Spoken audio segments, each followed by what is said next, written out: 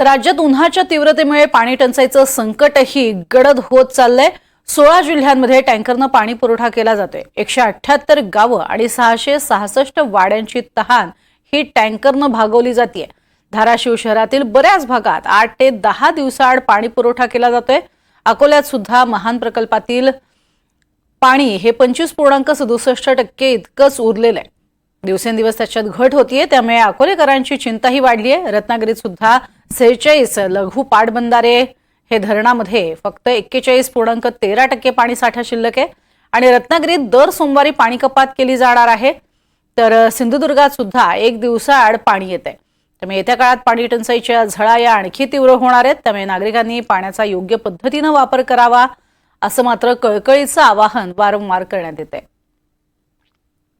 दरम्यान पाणी टंचाईवर मुख्यमंत्री फडणवीसांनी दिलेली प्रतिक्रिया पाहूयात। आपण याकरता जिल्हाधिकाऱ्यांना प्राधिकृत करतो। जिल्हाधिकाऱ्यांनी टंचाईच्या संदर्भात मॅपिंग करून ज्या भागामध्ये टंचाई सातत्याने जाणवते तिथे वेगवेगळ्या स्रोतातलं पाणी गेलं पाहिजे व्यवस्था करायची असते। आताही आम्हाला काही तक्रारी मिळाल्या तर आम्ही त्या जिल्हाधिकाऱ्यांकडे पाठवतो आणि टंचाई दूर करण्याचा आपण प्रयत्न करतो।